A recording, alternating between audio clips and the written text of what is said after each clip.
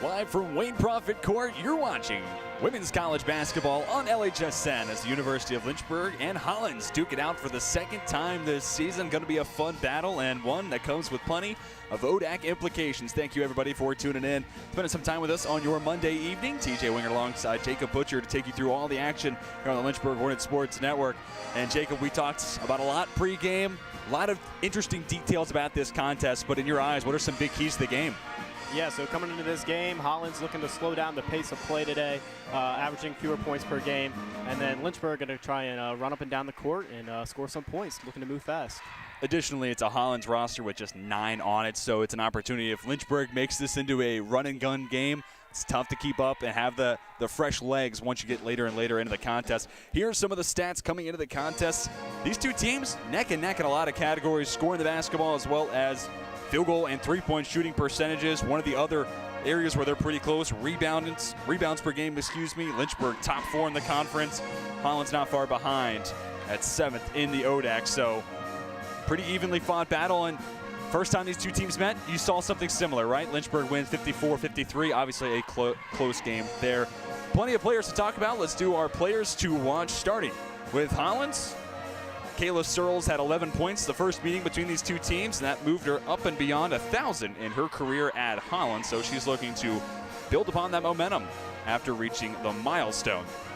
On the other side for Lynchburg, we'll highlight Kate Kolb, a senior, and an all-senior starting lineup. Lynchburg celebrated Senior Day this past Saturday, but today serves as the continuation of that celebration of the senior class. And Kolb had 17 and 13 in the first meeting at Hollins. And for the head coaches, 4th year, 3rd season for Emily Dutton at the helm of this Hollins program. Hollins did not play last year due to COVID-19, so again, 4th year, 3rd season. Played at Brookville High School, which is something similar that could be said about first-year head coach for Lynchburg, Allison Nichols. No overlap between the two, but it is obviously a really fun connection seeing a pair of now coaches once play at the same high school, and of course that high school being 10, maybe 15 minutes away from the campus of the University of Lynchburg. Well, with the stage set, the national anthem is upon us. We will step aside, come back with more Lynchburg and Hollins on LHSN.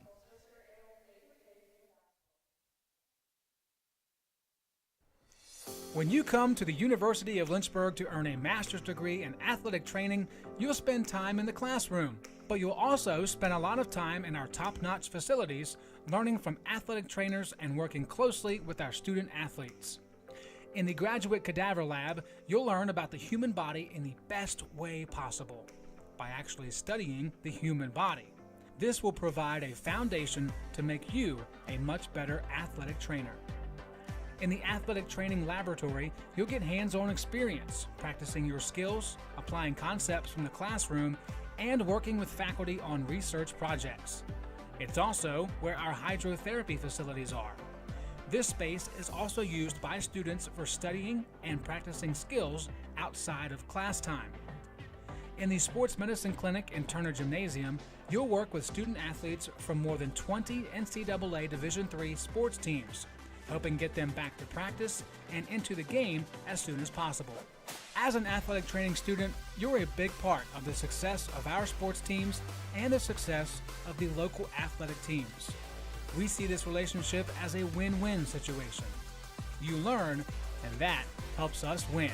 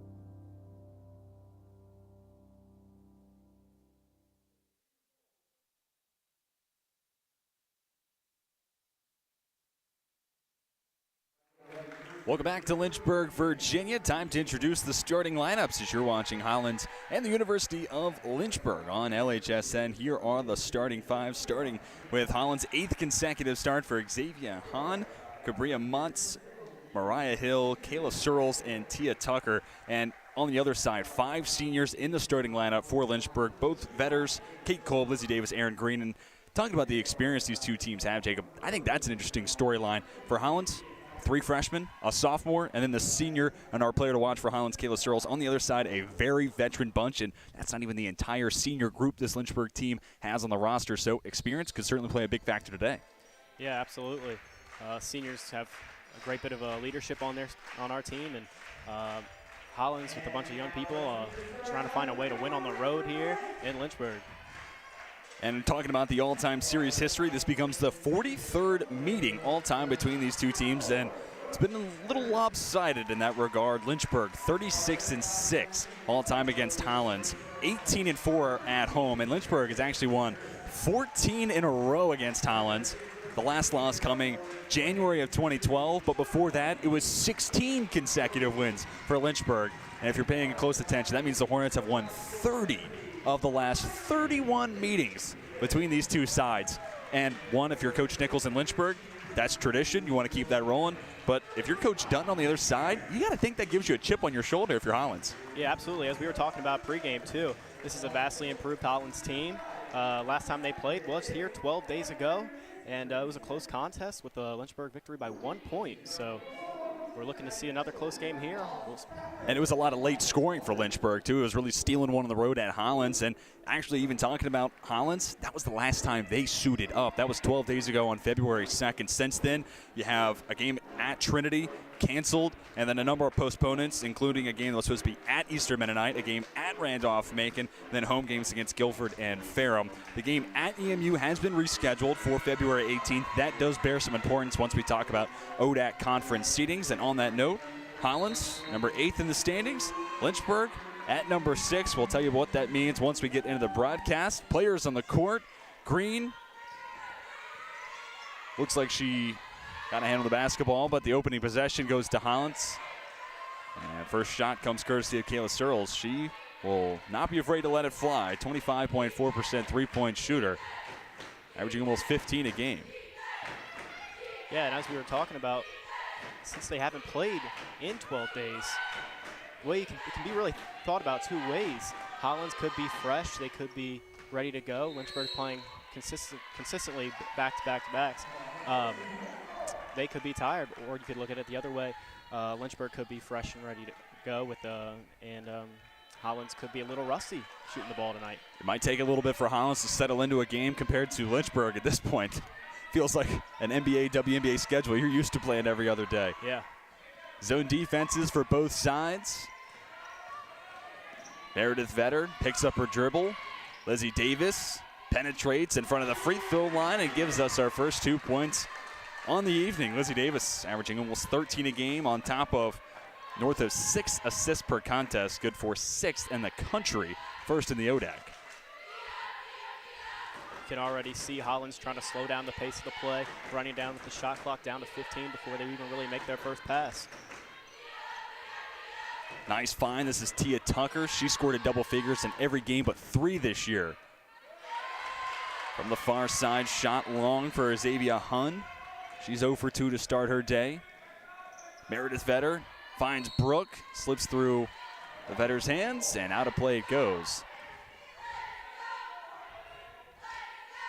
First turnover for Lynchburg. And the green and gold take over, and it'll be Tia Tucker to bring it across half court, a sophomore from Burlington, North Carolina.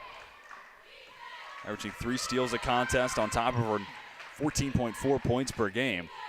So Tucker and Searles, hear me call those names a lot today. Mariah Hill got out of the corner. Brooke Vetter generates a steal. Players down on the floor. Jump ball's the call. Alternating possession. We'll have Lynchburg take over. And when talking about the Vetters, that's the type of play you'll see a lot from Meredith and Brooke Vetter. They're 2 players who don't necessarily fill up the stat sheet in regards to points per game. They do a lot of the dirty work, working on the glass, playing good defense, creating turnovers, and sometimes those hustle plays don't show up in the box score. Yeah, those are players that you definitely need heading into a ODAC tournament type of atmosphere. You need players that are willing to get dirty and willing to get in the paint and grab rebounds and grab some steals. And here's an offensive rebound from Meredith Fetter. I think that's a great point because once you get to postseason time, every possession matters. And if there's a way to get one or take one from your opponent, it becomes vital. Shot clock violation. Second we've seen in this game already. Almost 2.5 minutes into the contest. Both offenses a little shy to start.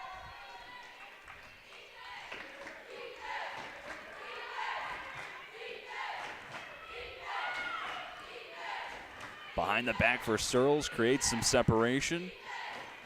Cabria Mutz had it for a moment. 3 for Hill, touches nothing but the bottom of the net. Hollins has their first lead on the night. It's a Hollins team that shoots almost 26% from beyond the arc. Don't necessarily shoot the 3 all that often, only 337 attempts. That's 10th in the ODAC. Meredith Fetter looking to answer. 3 is short.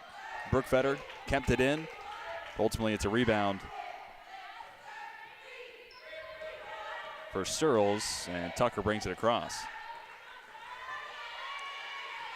Yeah, talking about Tucker, she was the leading scorer last time these two played for Hollins. She was at 13 points to lead her team. And Tucker does more than just score the basketball. How about in 3 of the last 4 games, 10 or more rebounds?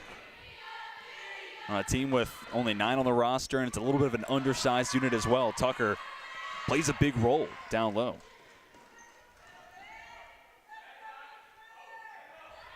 Kolb to Green. That 4-out, 1-in set allows bigs to pass to one another.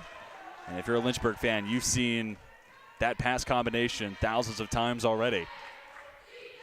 First 2 points on the night for Aaron Green. Lynchburg back in front by 1.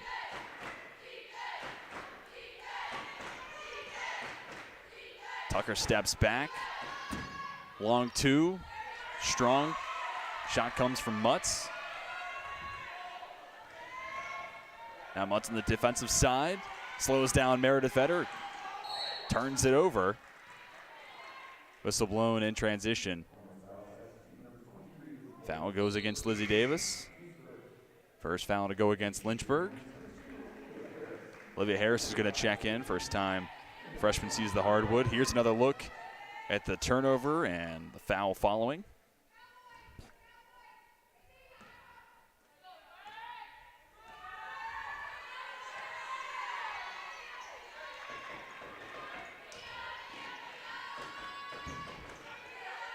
Three-point shot, left short. Lynchburg out and running. Harris gets the late whistle and will head to the free throw line. See Harris come off the bench, and immediately the basketball finds her.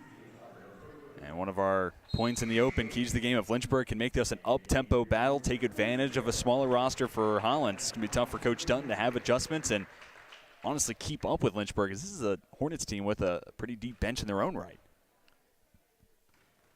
Yeah, that possession in particular was a great transition. Wasn't a bucket, but led to the foul. So if Lynchburg can run at that pace all night, Hollins will have a tough time keeping up. It's also a setting in which you really maximize Lizzie Davis's vision. And that's one of your best players, one of her best strengths. How do you take advantage of that fully? Play transition basketball, and you saw it right there. Davis finds Harris, goes 2 for 2 at the line, her first 2 points on the night.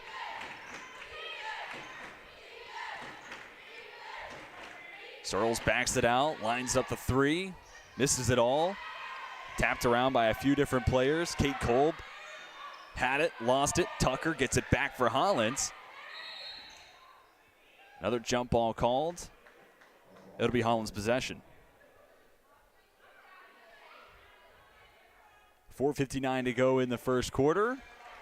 And the dead ball is going to send us to our immediate timeout. Lynchburg up by 3 in the early goings. We'll step aside and come back with more. You're watching the Hornets and Hollins on LHSN.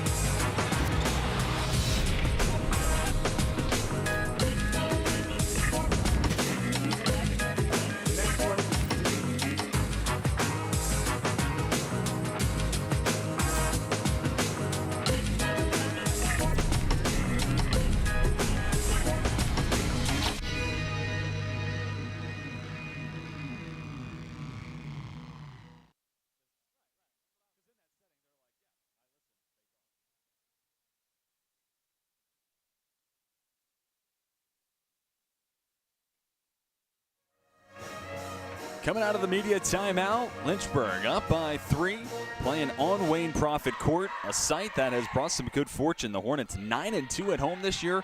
Hollins on the other side, 0-5 on the road, looking for that first win away from their home confines. It's not a long journey from Hollins over to the University of Lynchburg, but for a young team, playing games on the road is always one of those first challenges you have to try to overcome. Nice hop step and a finish for Tucker. Now a 1-point game. Harris tries to thread the needle to Johnson, taken away.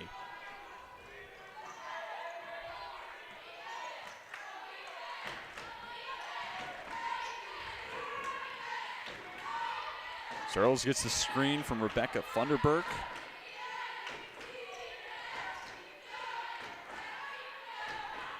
Xavier Hahn still looking for her first basket of the day. Turns into a turnover. Tucker and Cole down on the floor. Foul called. It goes against Tucker. Second foul to go against Hollins.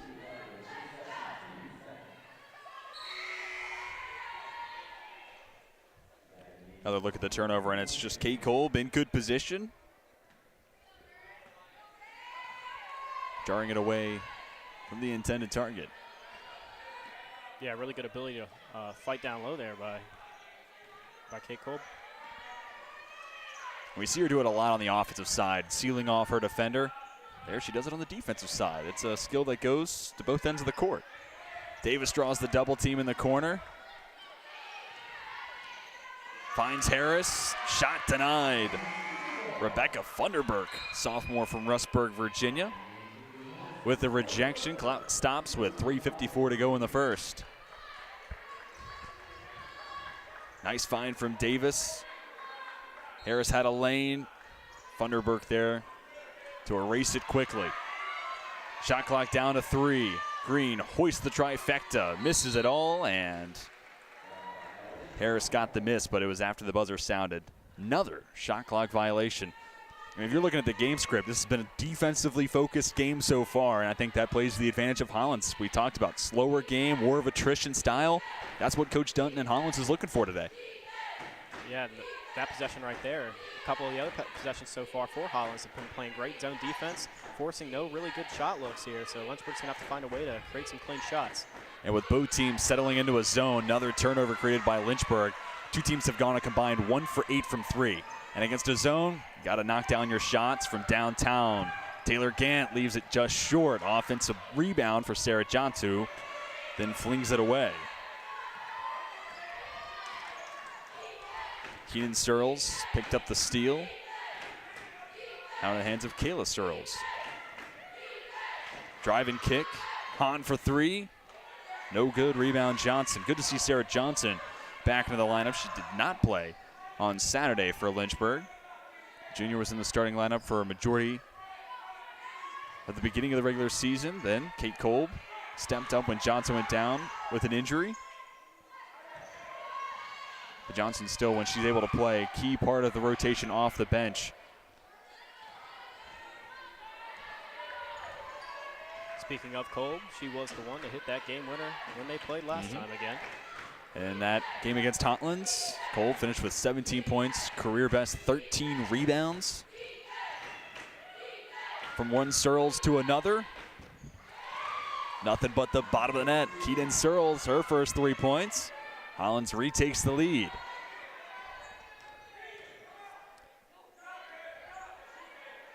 Erin Green, second 3-point shot. She has a ton of confidence shooting from the top of the arc, and you see it on display there. Hornets back ahead by 1. Now 5 points already for Green. She's actually failed to hit double-digit scoring in 3 of the last 4, which is a little interesting considering she had 10 or more points in 9 of the last 10 before it. So Green looking to get back to her midseason form. Gant had it poked away. Thumbs up, it's a jump ball. Possession's going to stay with Lynchburg. Less than 90 seconds to play in the first. Subs on for both sides. Here's another look at the jump ball call. Both teams playing good physical defense here at the start of the first quarter.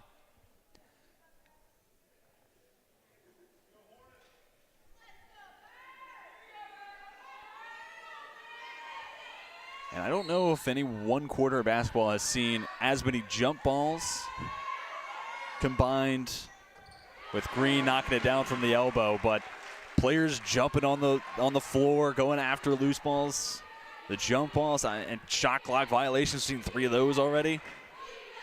Been an interesting start to the game.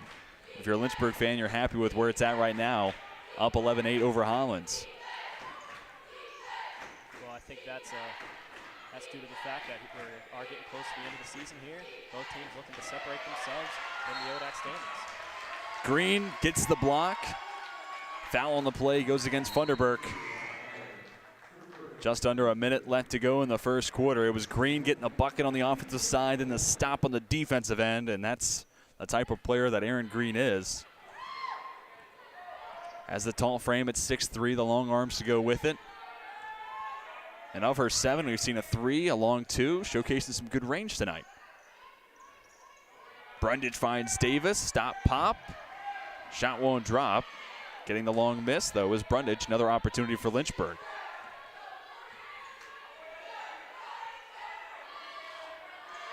Shot clock down to 10. Harris finds Green one more time. Davis, no good. Another offensive rebound for Mackenzie Brundage. Gets it out to Aaron Green. Less than a second difference between shot and game clock. Lynchburg now can hold it for essentially the last shot of the quarter. 3 in the key, the call. So no shot put up by the Hornets. And Hollins has 6.5 to work with. Searles has plenty of range. Gets to the free throw line. The runner misses wide right. We're through 10. Lynchburg up 11-8. Been a fun one so far. Don't anticipate it changing throughout the rest of this contest. Don't go anywhere. Plenty more to watch between Lynchburg and Hollins on LHSN.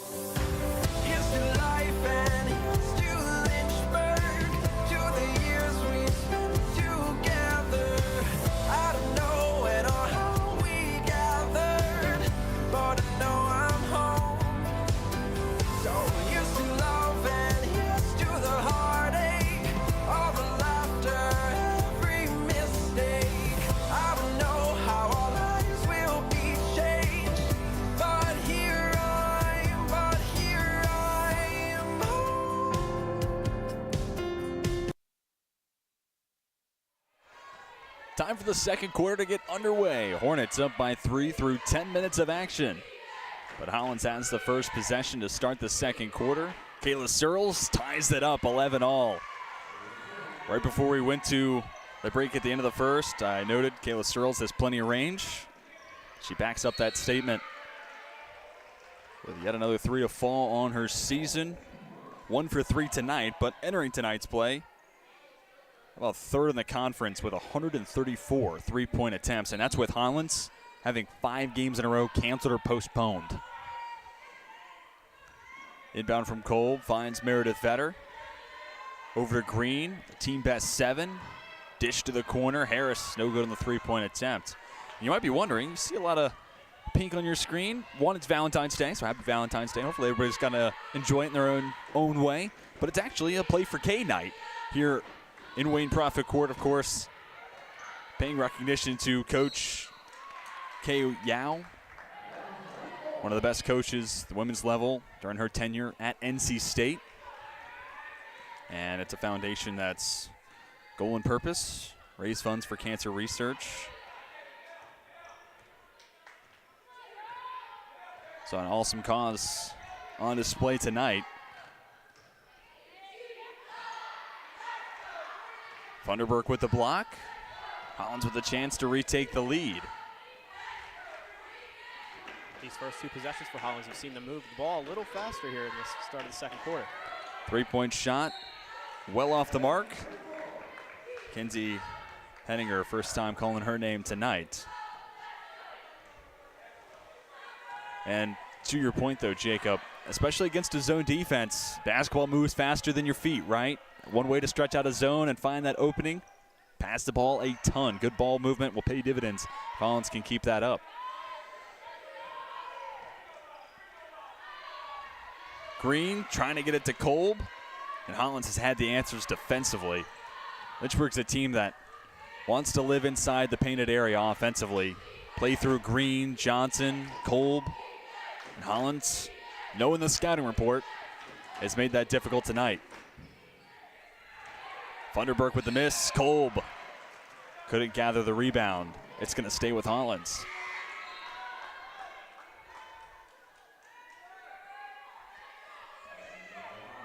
To this point in the contest, both teams shooting under 27% from the floor. And if you could sum up this game and what we've seen so far, that would be it. Xavier Hahn, basket and the foul for the freshman from Sterling, Virginia.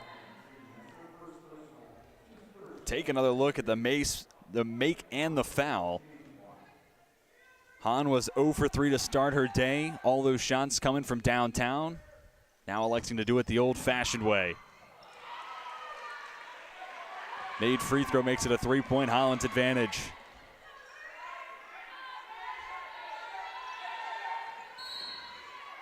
Foul away from the ball. It'll go against Hahn.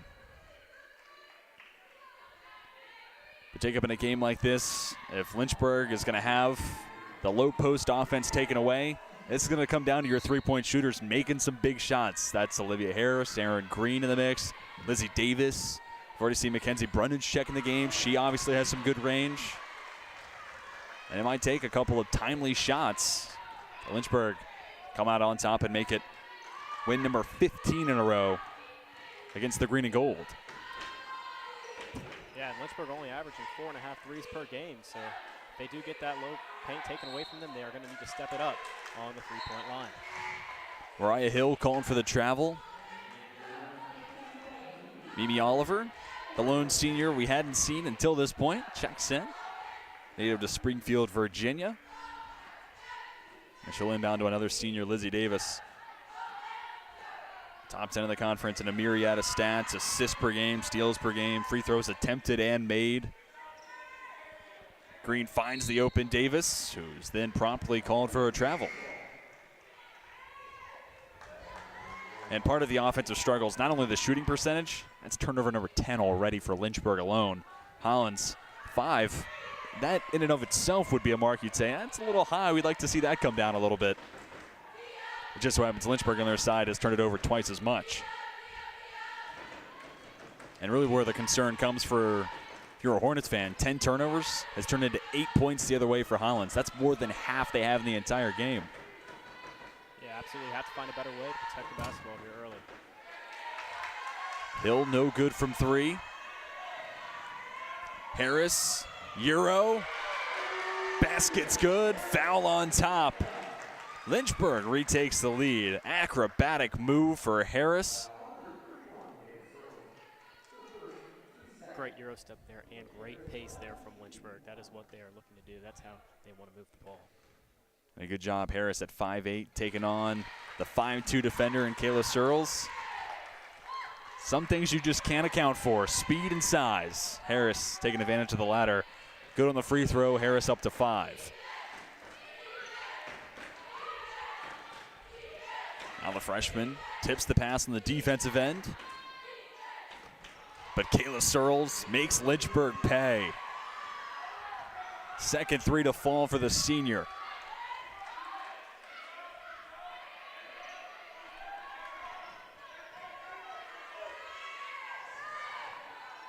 Harris drives once more. Nice job for Hahn as the backside defender. Stepping up, forcing the miss. Searles lets it fly. Won't get her third three on this possession. Davis lofts it up to the top shelf where only Aaron Green can grab it. And Green becomes the first player for either team to hit double figures with 11.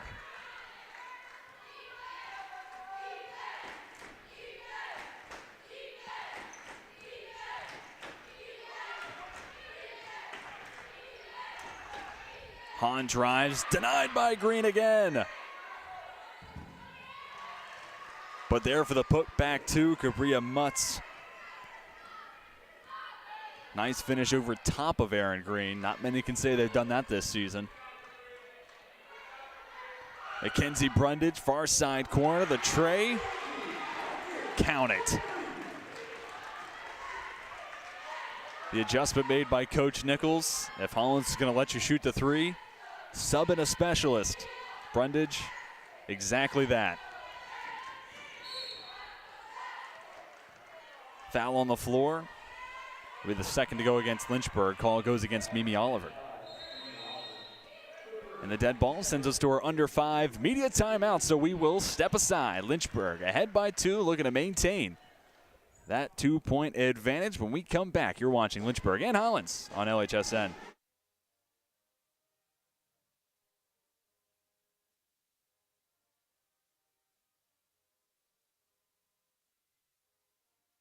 Look what you're missing.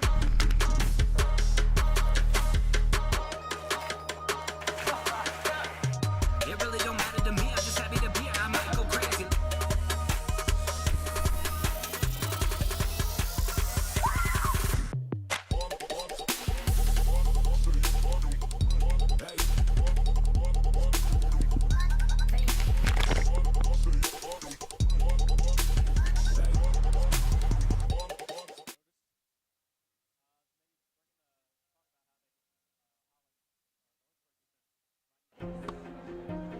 I was looking for a school that could provide me with the athletics, academics to pursue my career, a wind symphony to pursue my passion for music, and really have a nice general atmosphere. The professors here are really unique, their background and their passion for teaching. It's really a place where you can explore. Lynchburg gives you the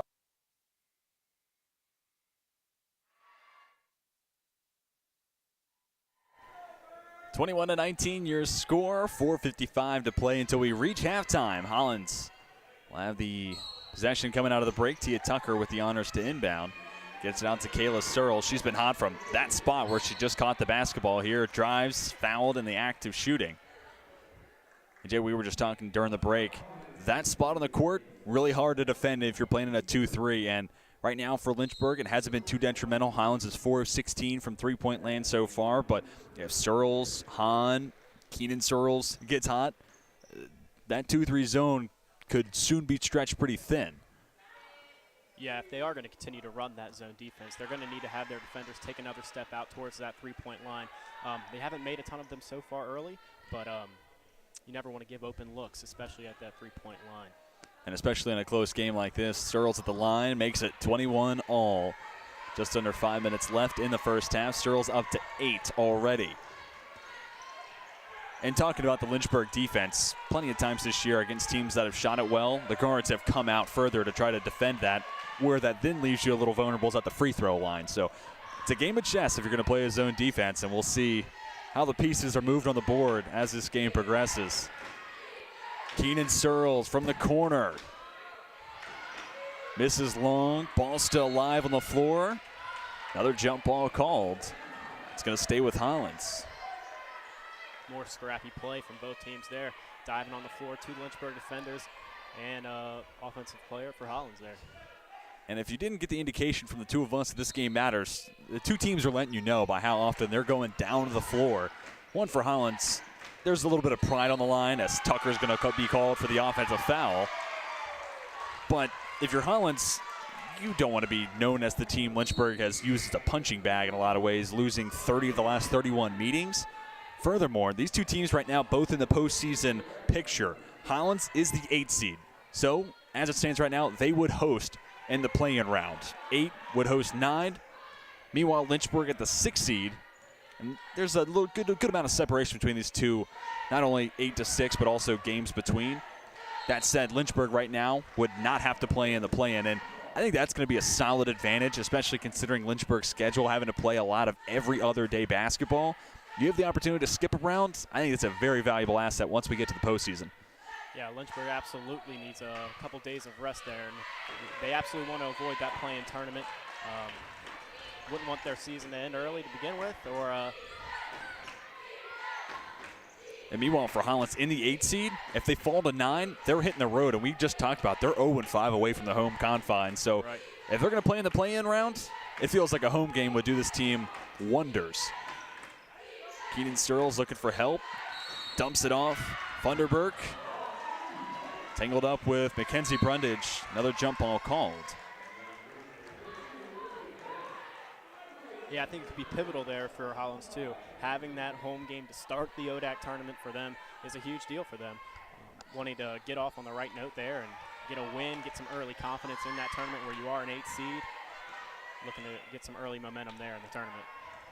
Hollins currently ahead of Guilford, who's 4-11 in ODAC play. Hollins 4-7. So that's another one of the interesting dilemmas that you have to sort through is what do you do with games that maybe weren't rescheduled or weren't played overall, as Harris no good on the three-point shot. So we'll see. Luckily enough, I'm not paid to make that decision, so that's out of my hands. 21 all your score. Hahn to Funderburk. Floater misses wide. Valiant effort, but Mutz sends it directly to Kolb. 3 to play in the first half. Brundage looking for her second 3-ball, and she's got it. Another possession that showed great fast-paced offense there from Lynchburg. Transitions to a wide-open 3 on the end. Mackenzie Brundage now tied a career best with 6 points tonight. And the 2 made threes ties her career high as well. She was 2 for 3 shooting from the floor in 10 minutes of play against Virginia Wesleyan earlier this season. Another look at the foul on the floor.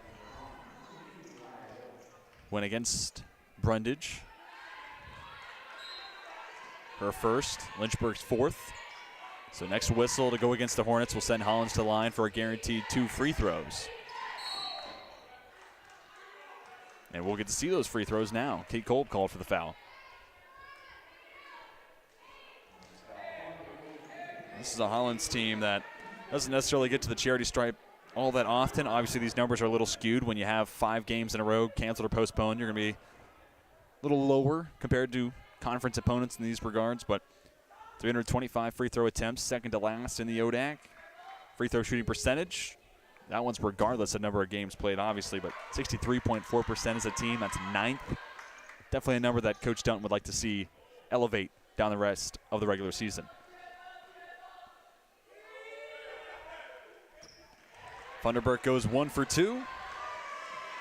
6'4" sophomore, one of the better free throw shooters on the roster. 83.3% from the line this season. Talking about free throws, those are a big thing when you do get to that tournament. Free throws and free throw percentage are huge when you get there.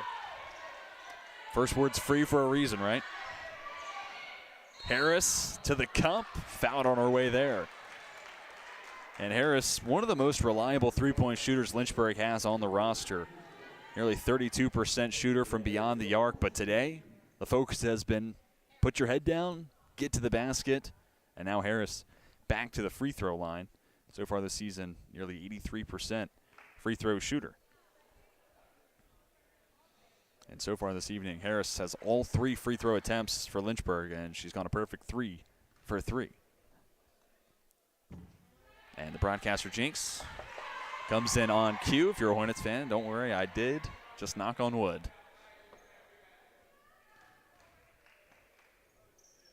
And it's a 1 for 2 trip for Harris, now 4 for 5 on the evening.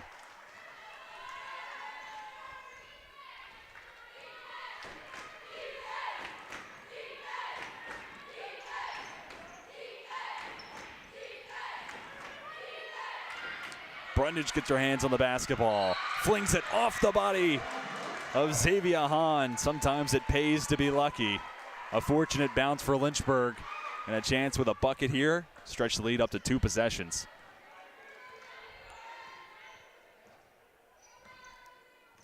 Another look at the Lynchburg bench. That unit always one worth keeping your eyes on throughout a game. Green with 11. Skip past Meredith Vetter for Harris. From about 15 feet away. Harris now with 8 on the night.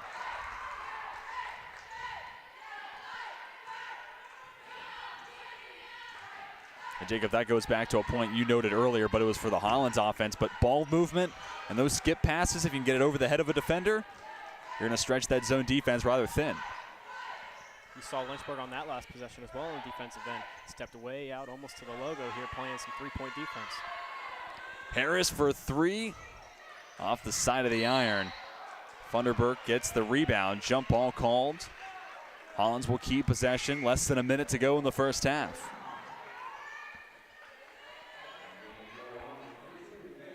Another look at Funderburk getting the miss.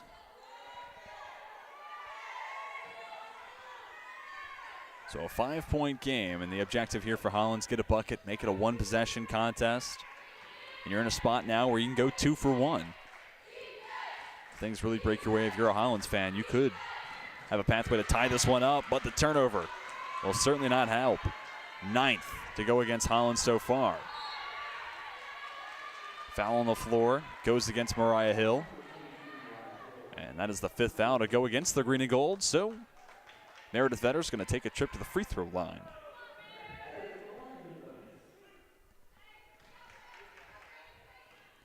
.43 seconds exactly left on the clock. Vetter good on the first. Meredith Vetter on the year, 45.5% free throw shooter. And a lane violation is going to give her another chance, despite missing on the second. You've really seen Lynchburg get out fast here in these last minute and a half here, to push their advantage here. Vetter with the second chance, good on the second free throw, and you almost wonder if that's what might have induced that lane violation. This game's had a nice tempo to it. You get into the rhythm going quickly, and then player gets themselves leaning into the paint. Ultimately works against Hollins, who now find themselves down by 7.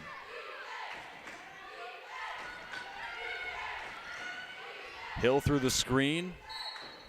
Pass to the corner will take Henniger out of bounds. Clock stops with 24.3 to play in the first half. The shot clock is off. Final possession. The opening 20 minutes seemingly in the hands of Lynchburg.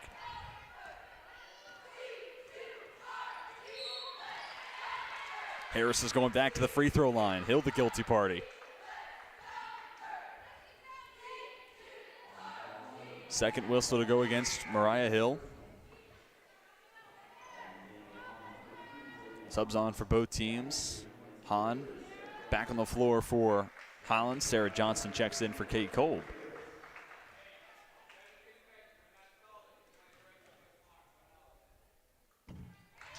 Harris good on the first. Native to Salem, Virginia, has had 13 or more in 3 of the last 4 games. There's the foul once again. And Harris with 10 in the first half already. Another thing that I've noticed here in the last minute, 2 minutes, Tia Tucker has not had much playing time here in those 2 minutes due to those 3 early fouls from her.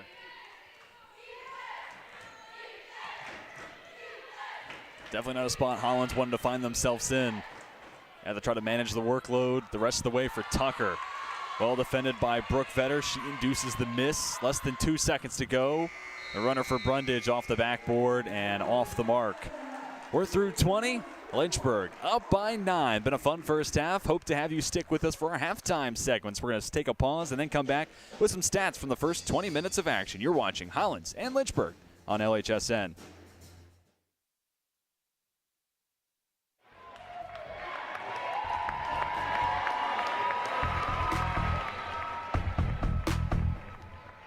If I'm walking around over on the crowd side, I always hear someone yelling, "Hey Nat, take our picture. Hey Nat, get this," or something, or "Hey Nat, you got that shot?" Like, so I'm always like trying to photograph the crowds and my friends calling my name.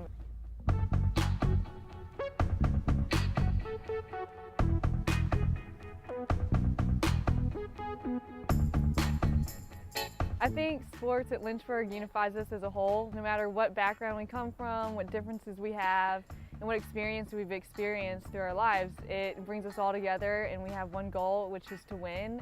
As a photographer, I definitely get to capture the emotion and the feel and the atmosphere of what's going on during the games and what's happening in the crowd and with the fans. We have hugely dedicated fans here at Lynchburg. They come out whether it's rain, snow, sleet, windy, no matter what, like they will come out and support their team and cheer them on. They will sit through anything. It's just, it brings us all together as one.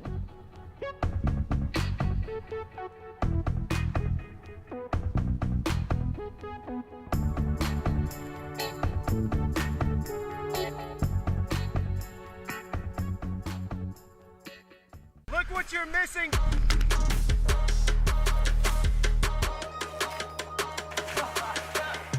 It really don't matter to me, I'm just happy to be here, I might go crazy.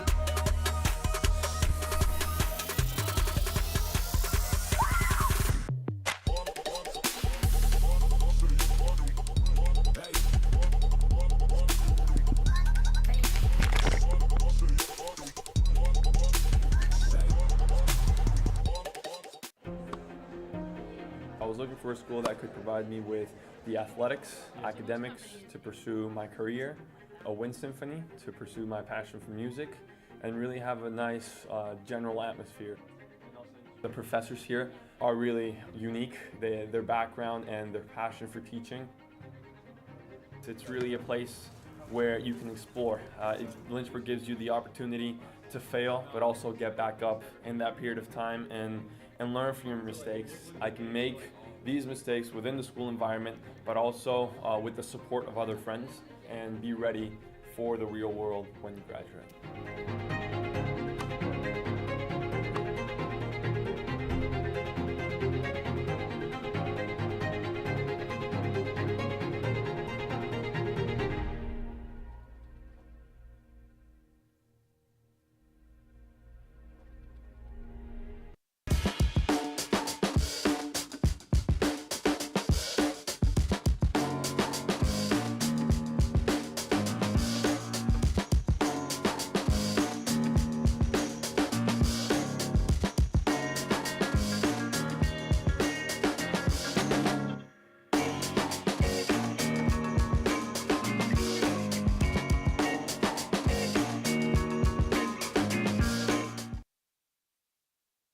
The biggest thing that I've taken from Westover is probably my interactions with faculty. I started working with Dr. Fryer. He's always available for help, and he makes sure that I get to do the experiments and not just be there while he does them.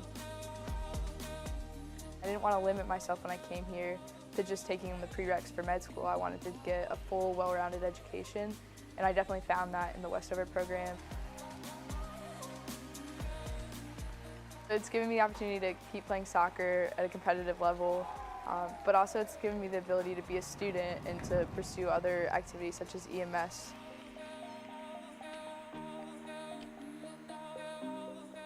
"100% do Westover because it's not something they're going to regret, and it's going to be a lot of work, but so is everything else. It's just going to help build their education that they've already had and make them a better person for it."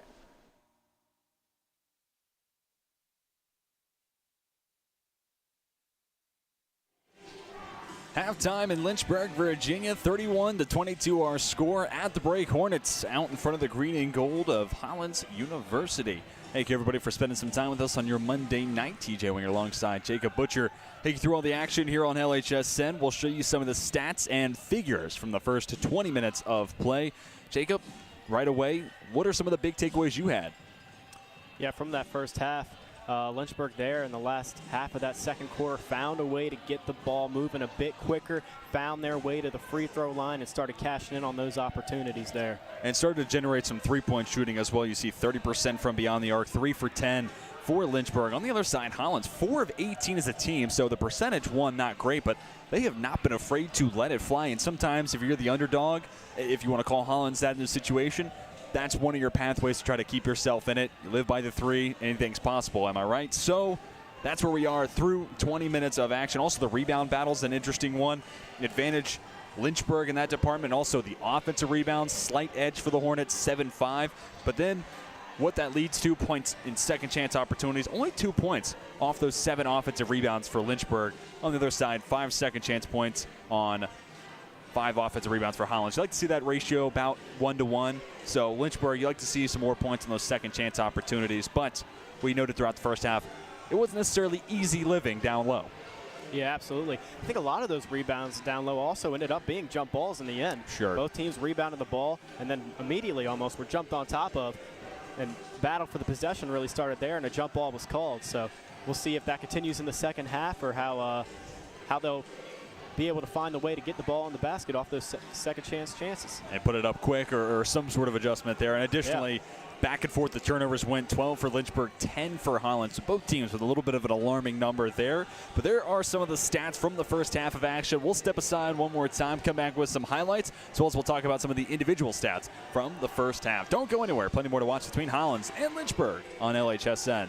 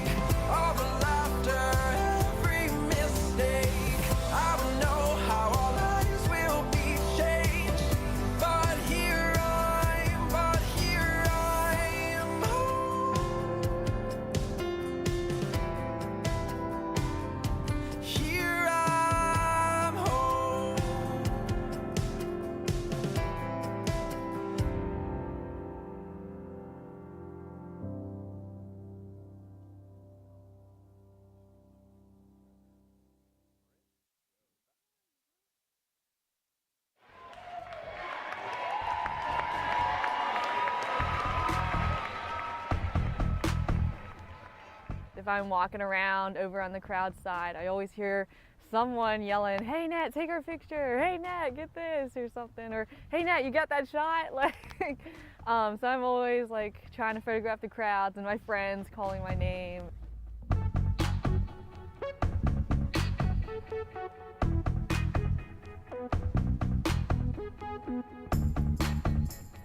I think sports at Lynchburg unifies us as a whole. No matter what background we come from, what differences we have, and what experience we've experienced through our lives, it brings us all together and we have one goal, which is to win.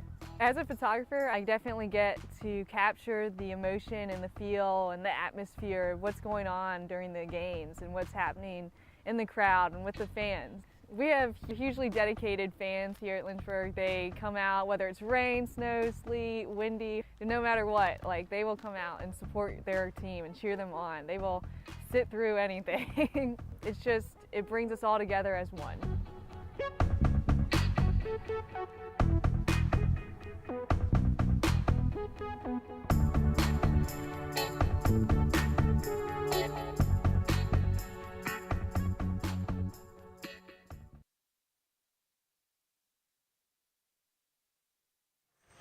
Welcome back to Wayne Profit Court. 9-point difference at halftime. Lynchburg in the driver's seat against Hollins, getting you set for the second half. But first, we'll show some highlights from the first 20 minutes of play, and we'll talk about some of the individual contributions. Starting with Lynchburg, leading scorer in the game, Aaron Green with 11, 5 of 7 shooting from the floor. And we noted throughout that first half, 3 of the last 4 games, Green has not had more than 10 points in a contest, despite doing that in 9 of the 10 games preceding it. So a good get back on track game so far for Aaron Green. Yeah, absolutely. Good to see her get past that 10-point mark. Looking for a big second half from her as well. Also noticed the freshman, Brundage, has been great here early. Good to see some contribution there from a young freshman compared to this senior-led team. So we'll see how she continues to perform throughout the second half and into the tournament. Brundage and Harris, 2 freshmen coming off the bench, a combined 16 points, 10 for Harris on 2 of 7 shooting, 0 for 3 from three-point land, but Harris made the proper adjustments, 6 of 7 from the free throw line. So Harris into double figures once again this season, and Brundage, you noted, 2 for 3 from the floor, pair of made threes, good for 6 points. On the other side, Hollins leading scorer, Kayla Searles with 8, and Kayla Searles, that is, the only player for Hollins with more than 1 made field goal through the first half. So for Hollins, one, it's finding more scorers, but also you just need more buckets to go around. Yeah, absolutely. You definitely need to find more scores than one score. Right. Lynchburg will end up trapping her and finding a way to shut her down. So they're going to definitely need more people to step up in the second half and more people to start making some shots. And especially from beyond the perimeter, Xavier Hahn, 0 for 4. Keenan Searles 1 for 5, and Mariah Hill 1 for 3 from the perimeter, and then Kayla Searles 2 for 5. So if you find more contributors in, some shots start to fall, shooting is contagious. Next thing you know, threes could be aplenty for Hollins, and that's one of their big pathways back to make a comeback against Lynchburg. We're going to step aside, come back after one more break, and talk about adjustments each team could make once we get to the second half. Don't go anywhere. You're watching Hollins and Lynchburg on LHSN. Be ready for anything, okay? Come on, let's go together. Together, let's go. Come on. Let's go, keep going.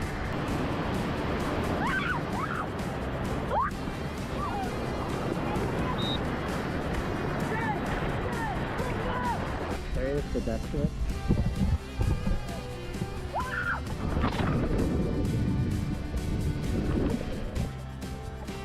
Straight? Straight up, yep. Okay. Cool.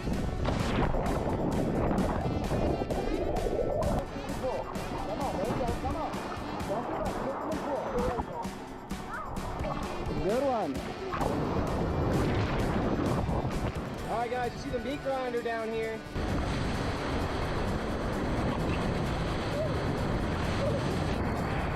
Stay in the boat, let's go.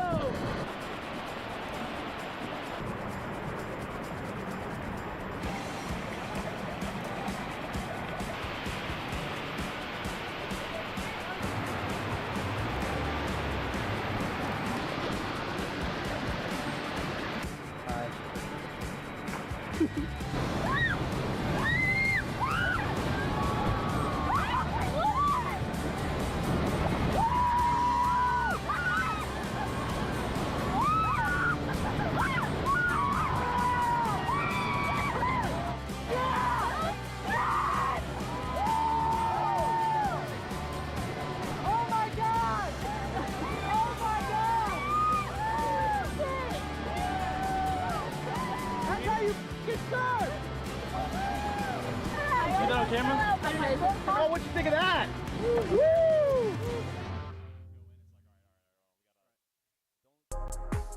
Get small classes, nationally recognized mentoring and advising, and a community that has your back every step of the way at the University of Lynchburg.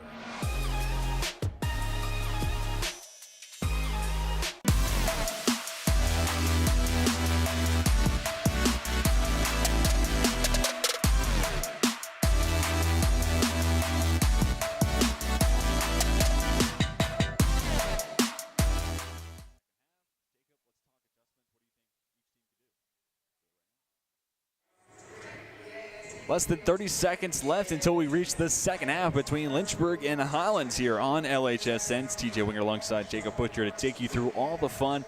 And Jacob, as we're getting set for the second half of play, what are some of the big adjustments you think each team could make? Yeah, well, starting for Hollins, they need to find some ways to get shots that they're comfortable with. Come out here, maybe get 3 good shots that they feel are certain to go in or that they feel confident in ability to have their scores put in the basket. Other than that, for Lynchburg, they need to continue to shut down that 3 on the outside, continue to find ways to deny easy baskets early, and just continue to ride the scoring wave and try and take it to the end.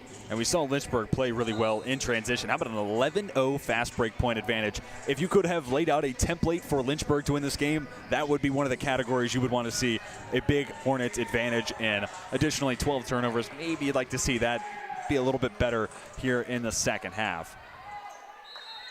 It'll be Lynchburg possession to start the second set of 20. It's the same starting 5 for the Hornets on the floor to start the second half.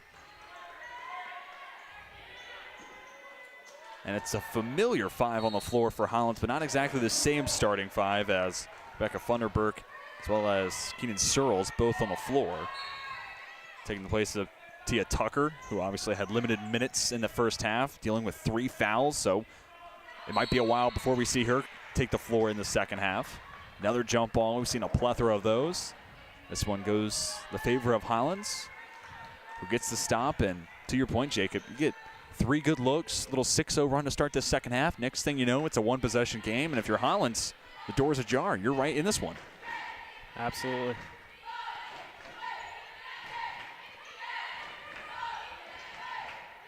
Lynchburg, of course, definitely making every effort to not let that happen, fighting over screens here early. Keenan Searles from way downtown misses wide and perhaps a little short. So both defenses get a stop to open up the second set of 20. And it was 54-53 in the first meeting of the season between these two sides tonight. At least so far, not quite as close, but that scoring pace is maintained. Vetter on the far side. Gets it off to Kate Kolb. Foul on the floor. First of the third quarter. And it goes against Funderburk.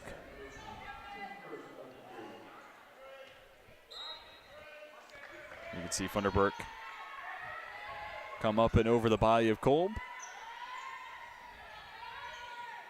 Lizzie Davis just 2 points in the first half. 1 for 3 shooting. Here the senior guard turns it over and then called for the foul in transition. So when you look at a quiet night for Lizzie Davis, it's both a good and bad thing. Obviously, you want to lean on your star players to put up star line performances.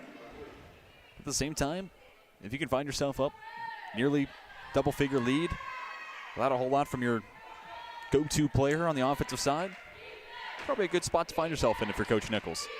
Yeah, it hasn't hurt him too bad so far. So young stars have been stepping up here early. So. Talked about Harris Brundage, the 2 freshmen off the bench, 16 points between the 2. Foul goes against Meredith Vetter, second to go against Lynchburg in a span of maybe 10 seconds game time. You see Vetter's hand on the waist of Searles. They'll call that 10 times out of 10. And it leads to 2 points the other way. Hahn the beneficiary. Points 4 and 5 on the night. Brundage, her first miss from 3-point land, but Meredith Vetter with the offensive rebound and extra opportunity for Lynchburg.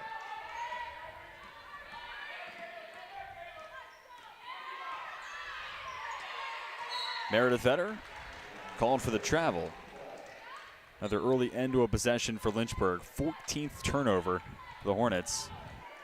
Hollins has had their concerns maintaining the basketball. 10 turnovers so far. And when it comes to points off a turnover, it's pretty even there. Hollins with a slight lead, 10-8 over Lynchburg.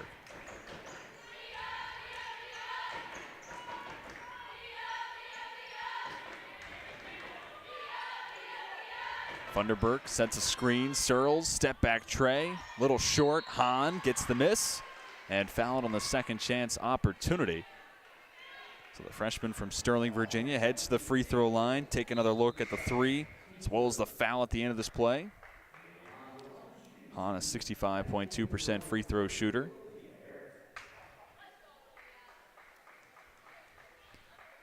And getting to the free throw line, one of the other areas of difference in that first half. Lynchburg went 8 for 9. Hollins went 4 for 5. So both teams shooting it well, but Lynchburg nearly doubling up on the number of attempts. That could be another pathway for Hollins to try to keep this one close. Again, a lot of those fouls before coming in transition.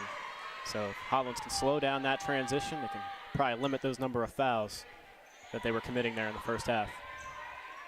Brundage open. Instead finds Meredith Vetter.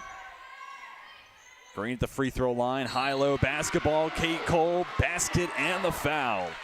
Great job by Kolb there to shut her defender off there with her right arm and then find her way in there. Go over the top, and the only way to stop that shot was a foul. And it still wasn't enough. So Kolb heads to the line. And that make from Kate Kolb actually her first field goal of the contest and her first 2 points of the game. A far cry for a player who's scored in double figures in 4 in a row, had 9 or more points in 10 consecutive. But tonight, almost 2.5 through the third quarter, Kolb up to 3.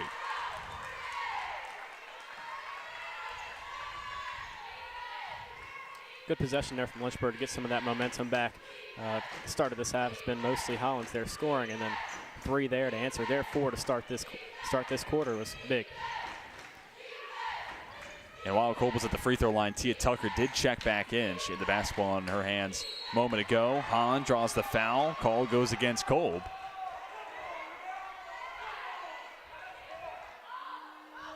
Hornets on the court and Lynchburg fans in attendance. Not happy with this call. We'll let you decide at home.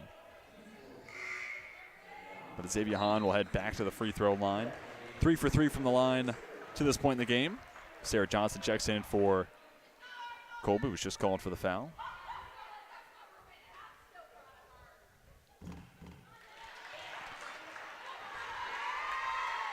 So to reset a little bit, Lynchburg won 30 of the last 31 meetings between these two teams. Last loss was in 2012. Next closest loss, about January of 2003. We're getting to the point in history, and this is scary for me to say considering I was born in 1997, but we're getting to a time period where there might be people here not born yet. Might be people who go to the school who weren't born 2 Hollins wins ago. So that is a signal to where this series history has gone over the last almost 2 decades now. Johnson's at the free throw line, good on the first. But here's talking about it from this year's perspective. Lynchburg has a chance to get this regular season series sweep. And furthermore, 6 in the ODAC standings right now would not have to play in the play-in round of the ODAC tournament. While Hollins in the 8th spot, currently the lowest seed to still get to host in the play-in. That play-in 7 hosts 10, 8 hosts 9. And Hollins, like I said, currently 8th in the conference standings. Good free throws there to stretch the Lynchburg lead to 10. I believe the biggest lead of the game so far. I believe you are correct. And in a game like this where the defensive intensity feels like the thing we'll remember the most, a 10-point lead is a big mountain for Hollins to overcome. And the offensive foul, certainly no help. Foul number 4 now on Tia Turner. We'll see if Tucker heads to the bench. As you noted, now playing with 4 fouls, and Tucker is going to sub out the next dead ball. Hollins unable to get the switch in prior to basketball getting back into play. Better on the near side. We'll see if Lynchburg takes advantage. This could be a spot where you try to get that 5th against Tucker really quick. Instead, long 2 for Green. In and out. Olivia Harris gets the offensive rebound, then tripped up. Kayla Searles picks up the loose ball. Running the length of the floor, Tucker, hop step, layup, no good. Nice transition sequence, but Hollins still no fast break points so far. Haven't even really seen a possession like that from them so far where they just got the ball and pushed the pace immediately. Normally they've been sitting back, dribbling it up to half court. Brundage, her 3rd 3 to fall. Have a night, Mackenzie Brundage. Career high 9. Nearing the midway point of the 3rd quarter.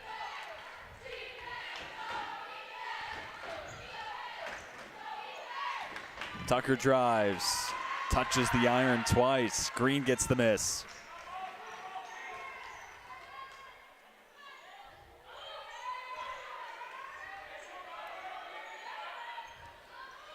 Looked like Brundage was thinking about it. Some fans in attendance wanted Brundage to let that one fly. Instead, Harris, top of the yard, gets it to go. Largest lead of the night, 16. Harris up to 13 herself. What a performance from the 2 freshmen here tonight. The seniors' last game here on Wayne Profit Court, and the freshmen are the ones stepping up and hitting the threes. And it's a 9-0 run followed by a timeout for Coach Dunn to send us to our first media time out of the second half. Don't go anywhere. Lynchburg's just getting started. Hornets up by 16 on LHSN.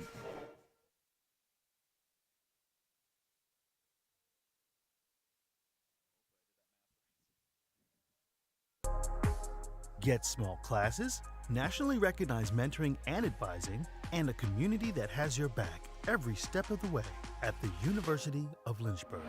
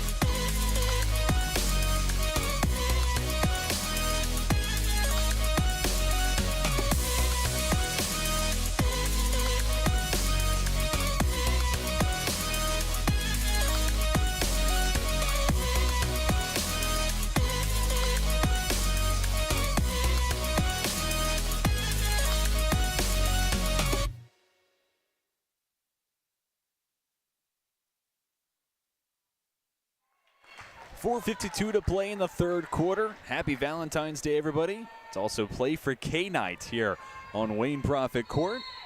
Solid crowd on hand as Lynchburg plays their final home game of the regular season. Hornets looking to improve to 10-2 on their home floor. Meanwhile, Hollins has a lot of work to do. It's been an 11-0 Lynchburg run prior to the timeout. Green and gold, nothing to show for coming out of the media break. And Hollins looking for their first road win of the season. Make it a 13-0 run. Brooke Vetter, good from the elbow. Lynchburg's really starting to find the holes in this zone defense now. Maybe a switch coming here for Hollins soon. And Vetter becomes the 8th player out of 10 to touch the floor for Lynchburg to find themselves in the scoring column. That pass somehow gets through from Davis to Harris. And Olivia Harris does the rest. Good on the layup, plus the foul. And that will send us to another media timeout. We'll step aside and come back with Olivia Harris at the free throw line, looking to make it a 21-point lead. You're watching Lynchburg and Hollins on LHSN.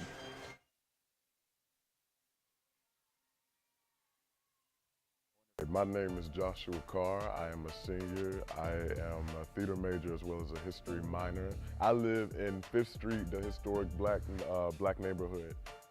The money came in, transfer, scholarship, all that. I appreciate that greatly. I'm smart too. So they gave it like, you smart, here. You know what I'm saying? You come here to do a job. I came here to do a job. A student's job is to get that degree and make something of ourselves. I love the diversity here. I love the different interests of people here. I can teach somebody that doesn't know what I know, and that person can teach me something that I don't know that they know. So that's what I love about my school. They respect that and they allow us to showcase and voice our expressions. That's what you get here. You get diversity, you get different people with different knowledge coming together, sharing information and helping each other out. That's what I love. That's why I say people. I love the people here.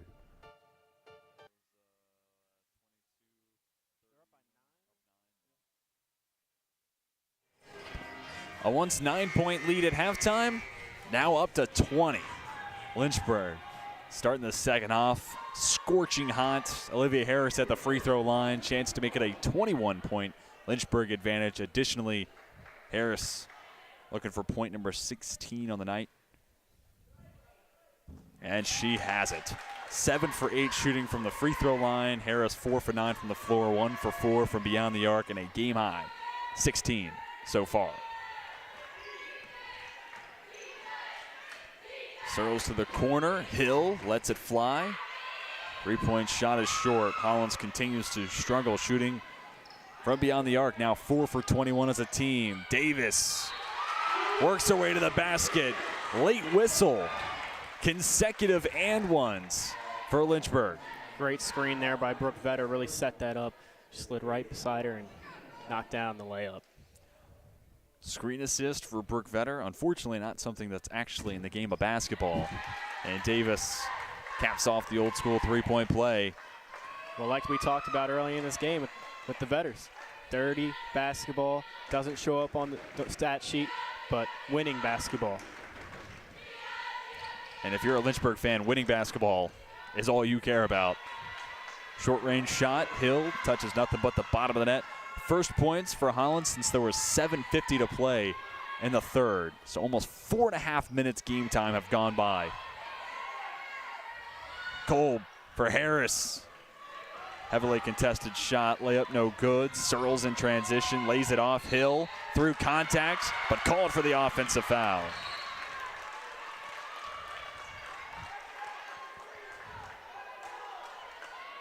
Another look at the foul. Going against Hill. Fifth to go against Hollins. And it's the third to go against Hill specifically. So traveling the length of the floor, Kate Kolb will have a pair of free throws. There's still 3:08 to play with in the third quarter. Lynchburg could really stretch the advantage. The free throw line. And players backing away from the painted area. Looks like a technical might have been assessed. And it does appear to be the case as Hill now has 4 fouls against her name.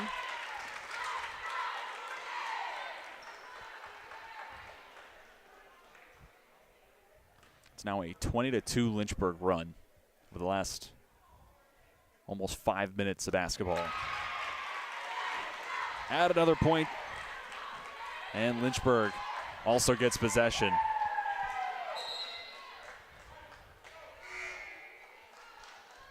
Hill will check out. Hill and Tucker both playing with 4 fouls. And a 9-player roster like that, down to 7 essentially. Hollins wants to get back in this game. It's really going to rely on those 7 players. Jump ball called. It's going to stay with Lynchburg. Exactly 3 minutes to play in the third.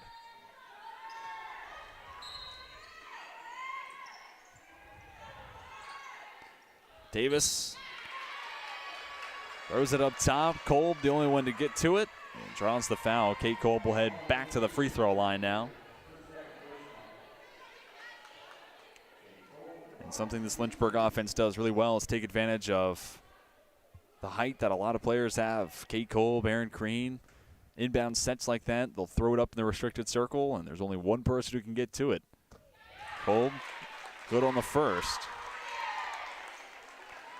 Senior from New Jersey, now with 6 points on the night, along with 5 rebounds.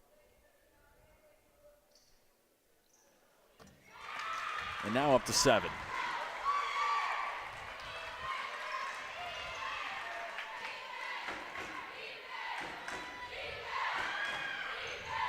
Lynchburg winning the third quarter 22-6, make it 22-8 as Searles. The nice finish underneath the basket. First player for Hollins to hit double figures. And the Hornets, with good pace, turn it over. A little bit too fast there for Lynchburg that time. Tempo does you no good if you don't have the basketball at the end of it. So far, though, Lynchburg's defense here in the second half has been pretty outstanding. Keaton Searles not going to get her second three-point shot to go. Foul on the floor. Take another shot. Take another look at the shot and the scrum for the loose ball. Aaron Green checks back in after the dead ball.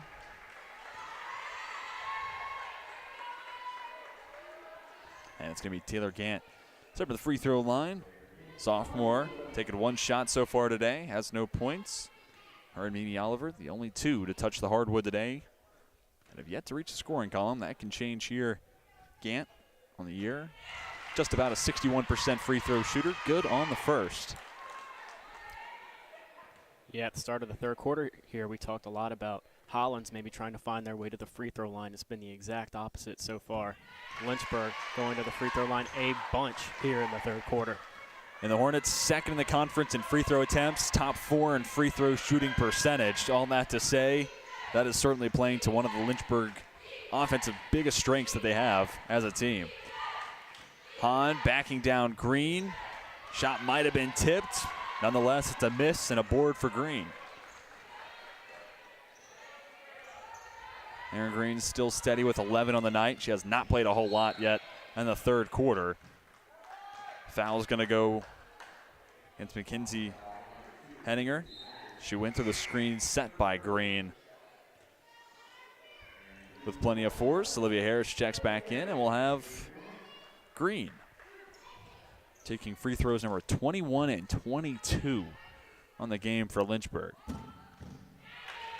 And Green, one of the best in the conference at the line, actually the best in the ODAC. Top mark at 80.9%.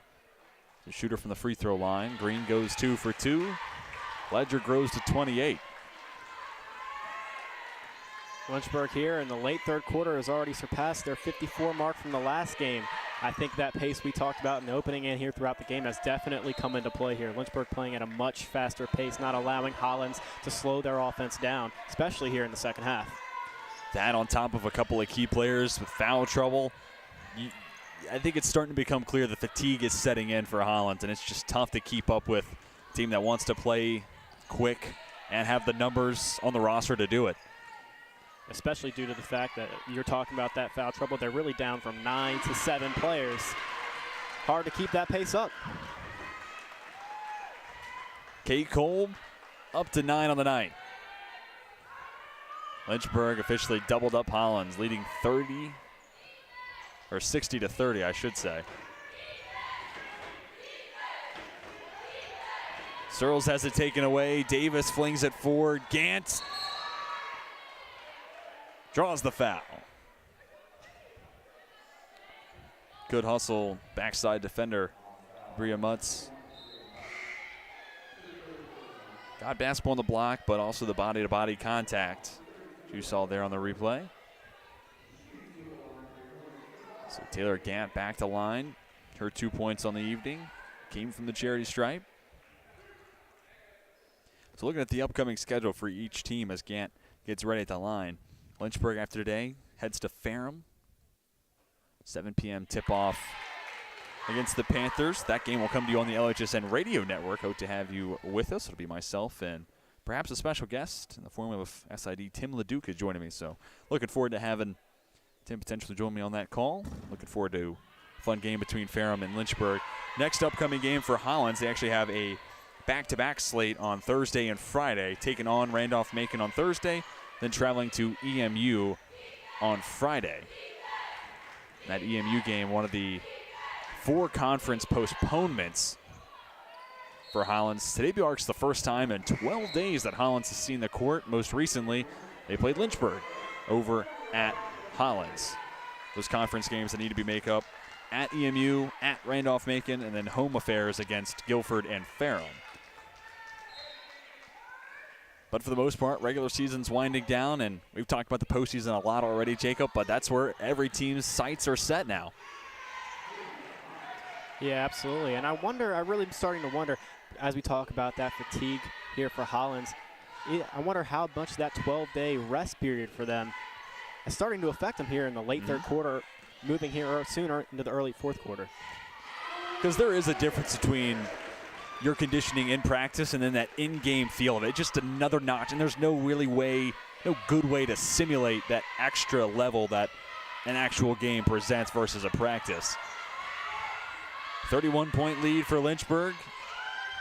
Final possession of the third quarter. Kolb steps into the long 2. Smooth shooting motion for the big. The buzzer sounds. We're through 30 minutes of play. Lynchburg with a resounding 65-32 lead against Hollins. We'll step aside and come back with the final stanza between the Hornets and the Green and Gold on LHSN. Be ready for anything, okay? Come on, let's go together. Together, let's go. Come on.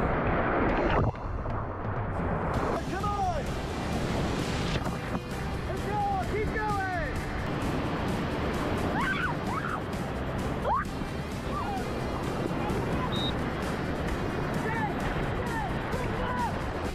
the deck to it.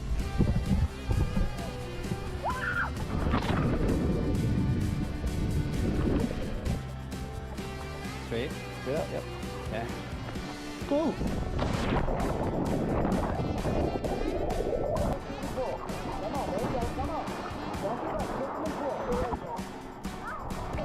Good one. All right, guys, you see the meat grinder down here?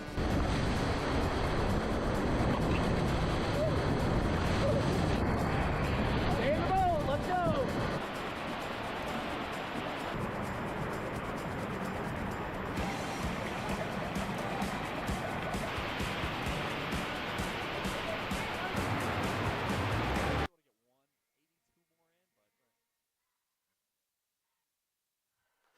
Ten minutes left to play between Lynchburg and Hollins.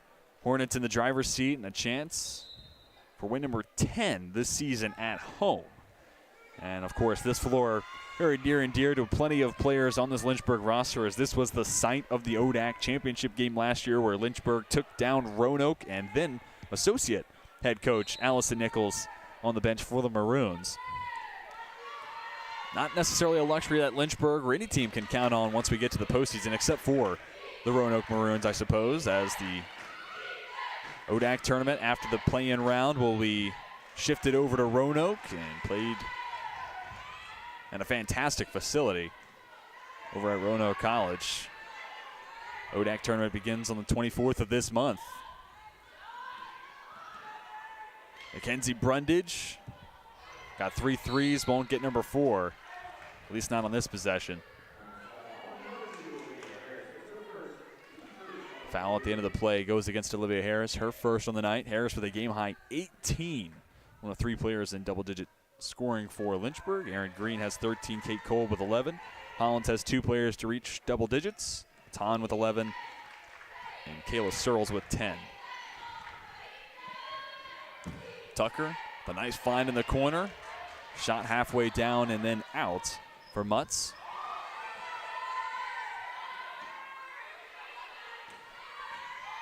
It'll be interesting to see here in the fourth quarter if Lynchburg decides to slow it down, try to kill some of that clock, or if they just continue to play the way they've been playing and continue to add to their lead.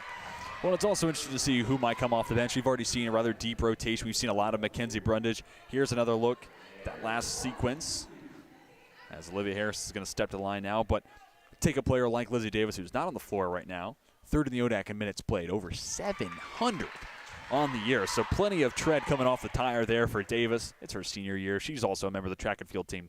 Not to say she doesn't have more to spare, but this is one of those games where if you're a coach trying to pick and choose where you have your players on the court, this feels like one where let's see what Olivia can do in this spot as the primary ball handler. Let's see what Mackenzie Brundage can do with more minutes in a game. I think you've seen some good results early on. Searles shot short. Cole rebound. Additionally, this could also be a good spot as senior day was Saturday, but today is the final time that the seniors will suit up and play on this floor in an in-game setting. So you have both Vetter sisters, Nene Oliver, Kate Cole, Lizzie Davis, Aaron Green, their chance to bid farewell to playing inside Turner Gymnasium. You know, each one of those players wants to continue to add to this lead, have their final win here. A big one. Maybe another technical foul here. Yeah, I believe you are right. As Green is covering 94 feet all by herself.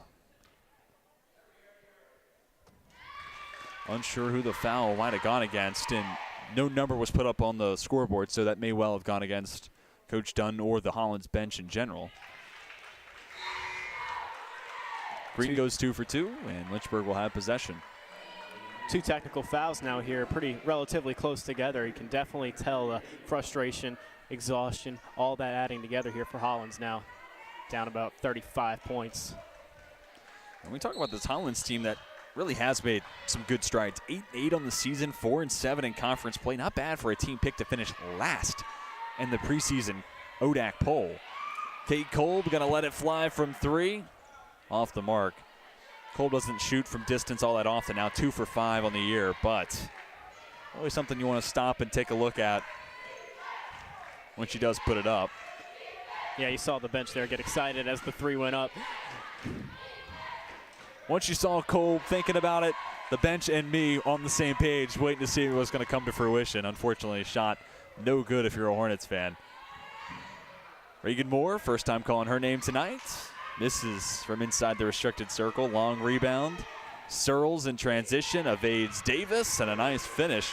The lowest senior in the starting lineup. And I think that's one of the other storylines for this Hollins team is when you have a young team, you have one senior in the starting lineup, the other 4 underclassmen. Sometimes you'll have 33-point losses, and that's just part of the growing pains if you're Coach Dunton or any fan of the Hollins program. But Coach Dunton also comes from a good lineage of coaches. Her dad once an interim head coach for the Liberty Flames, the 1997-1998 season. Furthermore, Coach Dunton played in the ODAC over at Randolph, class of 2015 with the Wildcats. And you can even look at her coaching success, 2019-2020. Hollins had 11 wins, including back-to-back ODAC wins for the first time in over a decade.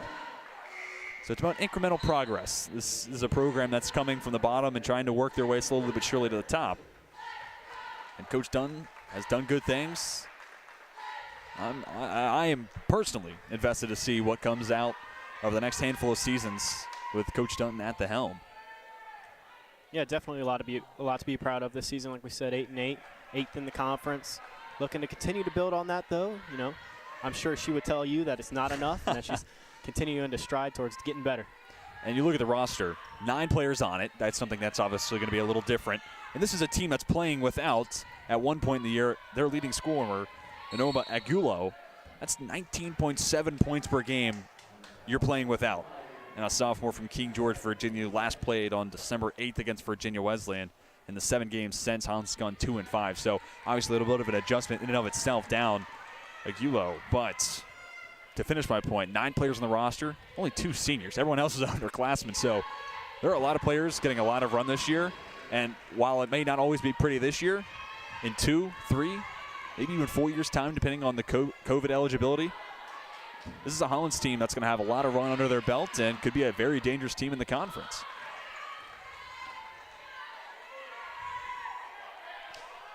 That could play to their advantage, too, because, you know, a lot of the Lynchburg freshmen, underclassmen, and stuff like that don't get as much playing time as these do. When it does come, you know, those next 2 years, this Hollins team could have a lot more experience under their belt. That's where pressure comes on the shoulders of Coach Allison Nichols, who, if you're a Lynchburg fan, I think you're in a good spot. Coach Nichols, a tremendous job as the lead recruiter for Roanoke, some of the best players on that Maroons roster, found and brought in by Coach Nichols. And actually, fun anecdote, obviously Sammy Sever's out for the rest of the year, but Coach Nichols was trying to have Sever go out to Roanoke and play for Coach Nichols and Coach Carla Flaherty for the Maroons. Obviously, Sever comes to Lynchburg, solid freshman year. Coach Nichols gets hired, and right away you see the fit in the offense. Through 3 games, Sever was averaging over 20 points a game. After she got hurt, she was averaging 15 or close to it on the season. Just a perfect player for that offense, and a big injury that Lynchburg's had to learn to play through. But that's the eye for talent that Coach Nichols has. So despite a very veteran roster and the turnover that's going to present in a year and 2's time, Coach Nichols, perfect person to have at the helm, and really nice hire for Lynchburg overall. Anecdote aside, Davis at the free throw line leaves the second short. 32-point ball game. Searles slows down the tempo. Tia Tucker backs it out. Henniger shot long. Rebound for Brooke Vetter. Lynchburg continuing to play with quick pace. Work it down the length of the floor. Couple passes. Sarah Johnson up and under, plus the foul on top. Great take there underneath the basket. Nice job from Johnson keeping her balance as she works the baseline. Works through the contact, and that foul sends us to our final media timeout. We'll step aside and come back with the conclusion between Lynchburg and Hollins on LHSN.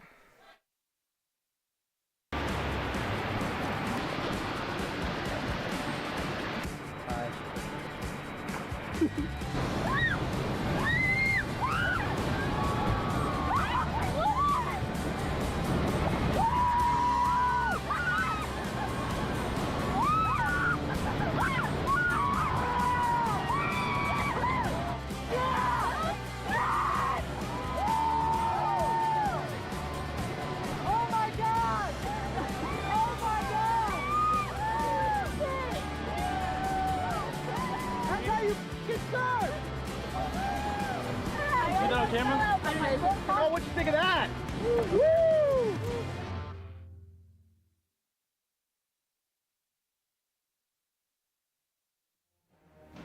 5 minutes, all that stand between Lynchburg and their 13th win on the year, 9th in conference action. The Hornets have been stellar all year long at home. Looking to carry some late season momentum from tonight. Next time the Hornets suit up is at Ferrum on Thursday, and then they end the regular season also on the road at Virginia Wesleyan. The ability to play on the road obviously going to be an important one as the postseason tournament. Not played here at Wayne Prophet Court. Instead, Salem, Virginia. Lynchburg as a team 3-6 on the road. So a couple of more opportunities in the regular season to better that record away from their home confines. Additionally, get comfortable with playing on the road and some of the challenges that can present. Also, you can look at a pair of games Lynchburg played in the non-conference slate over at Roanoke College and the Susan Dugan Holiday Classic. A couple of really good games Lynchburg played against a top 5 team in CNU. It was the second game all year the captains had decided by less than 15, 69-60 loss for Lynchburg, but it was a good, hard-fought battle. And then against Elizabethtown, Lynchburg came all the way back, didn't have a lead until they got to the fourth quarter, and then C.J. Wilson, point guard for the Blue Jays, went on a heater all by herself, a 9-2 run with a 3 from the near side wing, top of the arc, far side wing to put Elizabethtown on top. So looks like Lynchburg's been comfortable playing in that building. Long story short, a couple of good games against perhaps the two best teams Lynchburg's played against this year. And if you're a Hornets fan, you're hoping for more of the same. Once we get to the ODAC tournament, first round starts, or at least the quarterfinals start on the 24th of this month. Yeah, Lynchburg only 2 more games between now and then. They really need to start getting into the form that they want to be playing in once that tournament comes around. Tonight is a good indication of that. Halfway down, then back out. Shot no good for Searles. Reagan Moore finds Sarah Johnson, and Brooke Vetter wide open underneath the basket. Unable to finish on the first attempt, but gathers her own miss.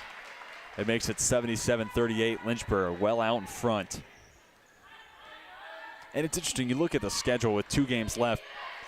Jacob, at that point, you are who you are, right? You're not going to have a huge turnaround in your identity. But that said, that's 40 minutes worth of basketball each night out where you can try to improve one little tweak. Hey, let's get a little bit better with our passing and fast break settings. Or, hey, you know what? When a team's shooting it well, how do we want to counteract that in a 2-3? Do we want to switch to a man in that spot? Little things like that that you might look at in a one-game spot and you say, okay, irrelevant on its own. But who knows when you might need that tweak to come into handy once you get into the playoffs. Yeah, and because Lynchburg has lost 3 of those last 5, if they could get on a nice little winning streak here, gain some momentum from those previous losses to fuel them into this tournament. Vetter at the free throw line, no good on the first. 4 points so far tonight for Brooke Vetter.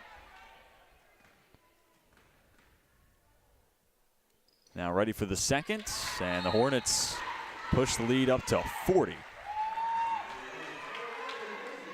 And a flurry of subs on the floor for Lynchburg, including Hannah Clay, Mackenzie Brundage checked back in, Mimi Oliver, senior from Northern Virginia area. Now tasked with slowing down Hahn. Oliver called for the foul. We'll have free throws with 3:20 to play. And we've talked a lot about Lynchburg and their upcoming schedule. Hollins still 3 games to play, and you could look at this game and say, 40-point loss, not exactly how you wanted to come back to play after having 12 days off, but maybe tonight served as the opportunity. We talked to our cross-country runners. They call them rust busts, and that's exactly what this could be. Get the rust off, get back into the form of it, and then turn the calendar and your sights to Thursday, home game against Randolph-Macon, and then Friday at EMU. That's one of the 4 games that was postponed. That one has been rescheduled. And then Hollins will turn around and play the next day, Saturday the 19th at Bridgewater. So 3 games in 3 days. And there might be even more after that for Hollins.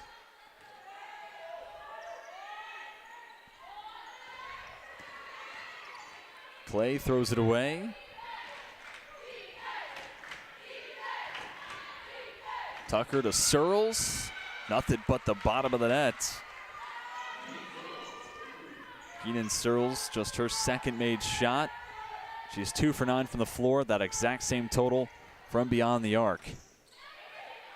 Moore loses it on her way to the basket.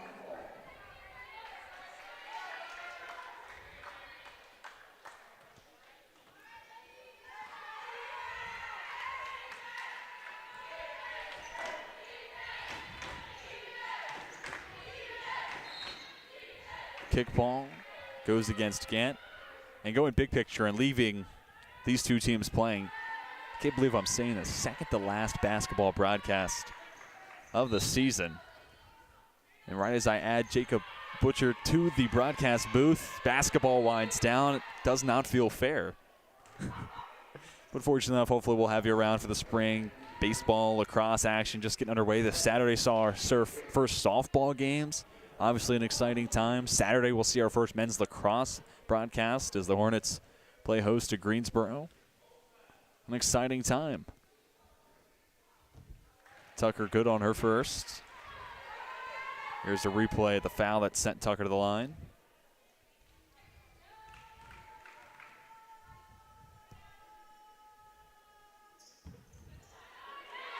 One for 2 trip. Lead steady at 34. Oliver up and under. And Mimi Oliver, player number 10 to reach the scoring column for Lynchburg out of 12 that have played. The Lynchburg crowd here in attendance starting to really get loud for their home team here tonight. Especially for Oliver, a senior, perhaps her last bucket at home. You know that one felt a little sweeter than the rest. Head fake and a drive from Clay, not on the same page with Oliver. Tucker called for the offensive foul, and that will end the night for the sophomore. 5th foul to go against Tucker. Nice job for Taylor Gant getting back, set her feet in transition, and generates the turnover. 18th to go against Hollins, and Lynchburg, considering they had 12 in the first half, feels like in the second half the turnovers weren't all that noticeable. They've had a couple in the last few possessions. The total's up to 21, so it's about even first half to second half, but some of the ones down the stretch have been a little less harmful than maybe the ones in the early goings. Oliver draws the foul and will now head to the free throw line. And how about this? Lynchburg 31 of 35 from the line. We have seen a ton of free throws so far this evening, and well, we're going to see 2 more now. Lynchburg in the second half has really done a great job of forcing it inside and pretty much forcing Hollins to commit a foul in order to attempt to stop a bucket. Hasn't worked on a couple occasions, adding a couple and ones as well. Becomes the 3rd game this year where Lynchburg has had 30 or more free throw attempts. They had exactly 30 in a win against William Peace, and they went 16 of 30 in a win against Ferrum. Those were in the month of November and December, respectively. And for those wondering, yes, 32 of 37. That is the most free throws made and free throws attempted so far this season for Lynchburg. And you counter that on the other side. These are going to be free throws 14 and 15 on the night, which 15 is maybe a little below average for most games, but you look at 15 compared to 37, and you wonder what more you could have done. As Hahn, underrated story, has 16 so far this evening. Make it 17. Another one of those young players, get a lot of playing time and garnering experience, getting better as she goes along. Hollins goes into a full court press here. They back off a little bit. And you saw on your screen, number 32, Darcy Ross, just checked in a moment ago for Lynchburg. Every player that's suited up has touched the floor now for the Hornets. Foul in transition will have more free throws. Both teams still continuing that hard play, diving on the court for every loose ball. They say that you play to the final buzzer, right? They say that. I was always the 15th guy off the bench, so I never really got in the game. Never applicable to me. Thus the broadcasting career choice. First of two good for Kayla Searles. Senior had 11 in the first meeting between these two teams. She has 12 tonight. Now up to 13. Correction, make it 14. The senior from Raleigh, North Carolina, surpassed 1,000 career points back on the 2nd of February. Continues to climb the all-time scoring list for Hollins. By the way, those 1,000 points for Searles. She became just the 12th player in program history. Hit that milestone. Here's another look at the layup for Taylor Gant. Sophomore up to 5 now.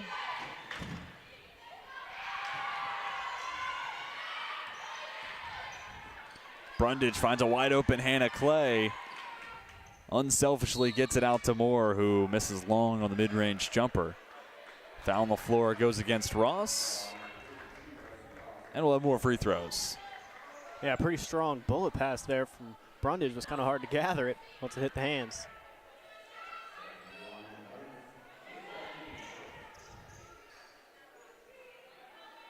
Keaton Searles steps to the line. First 2 free throw attempts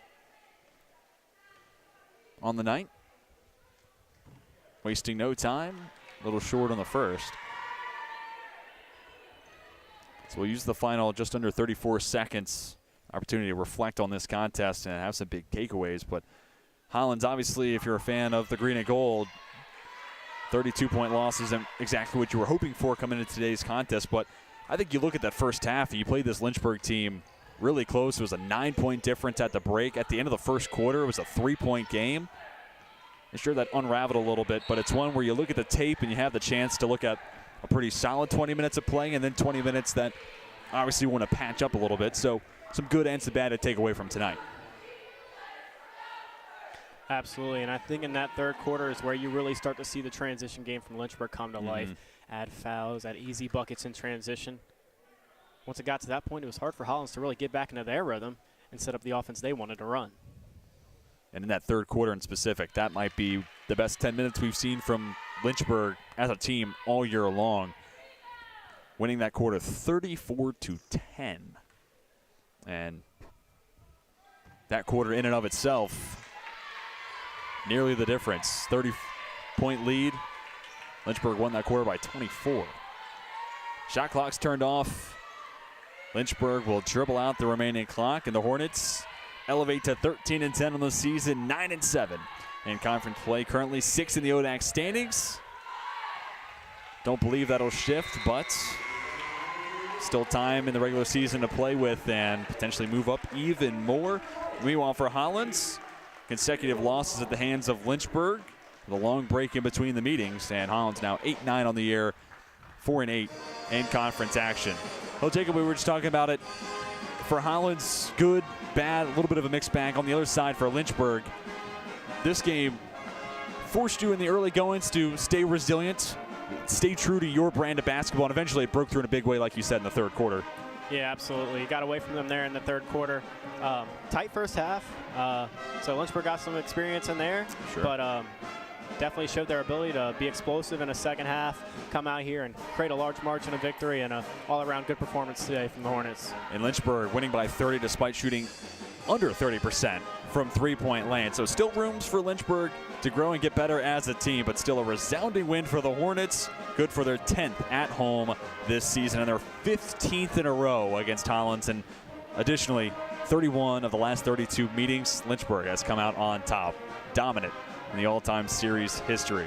That's going to do it for us at Wayne Profit Corp. For my broadcast partner, Jacob Butcher, my director, Not Sam Rice, but instead Thomas Murphy filling in for me tonight. My name's TJ Wingert, and until next time, we are signing off.